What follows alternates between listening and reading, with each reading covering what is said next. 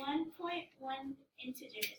I can identify, compare, and order integers. Excellent. Very well done, Mass. I appreciate it. All right, class, do you think that you're comfortable, or are you guys comfortable with identifying integers, comparing integers, and putting them in order? Yes. All right, good. Well, let's talk about what we did here over the last couple of days.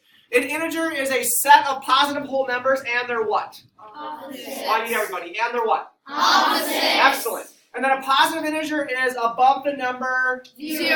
And what's below the number 0? Negative integers. That's all I asked you guys to do. Excellent. Our cheat sheet then, anytime you have a decimal or fraction, you're not dealing with an integer. Because integers have to be whole numbers and their opposites, right? Yeah. Okay, we went down to number 2. We talked about reading integers. And we said when reading integers, like a loss of 40 here, we said you have to pay attention to what? Loss. Keyword loss. Keywords. In this case, loss is the key word, right?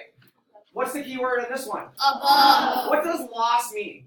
Less. So it's a negative, right? Yeah. You lose something that's negative. And then above is above the number 0, or it's positive, right? Yes. So then is there a symbol for a positive number? No. Just leave it blank. Excellent. So keywords. Number 3, we talked about inequalities, and we said there are 4 inequalities. The inequalities are Greater than. greater than, Less than. Greater or equal to. greater than or equal to. Okay, and then this one is, Less than or equal to. and basically an inequality compares 2 or more things. So an example of inequalities are over here. Number 7, number 8, and number 9. We said that 1 is what to 3? Well, 1 is Less less. than. And what does this look like? A slanted It L. looks like a slanted L, and less than starts with a L. That's how we remember it. Also, we know that the bigger number is always eaten by the... Alligator. These are teeth in case you can't tell. So the alligator always wants to eat the bigger number.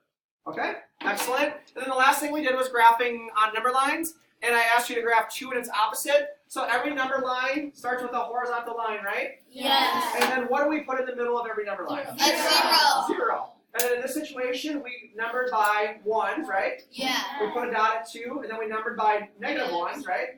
And put a dot at negative 2, right? Number B was 25. Did we number by 1s on 25? No. I know this is very sloppy, but I numbered by what? 5. Is that okay to do? Yes. As long as you keep the intervals or the spaces. Consistent. Any questions? Raise your hand if you have a question. Yes.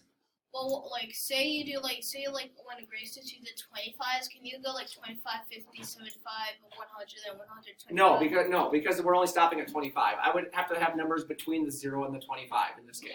Yeah. Okay.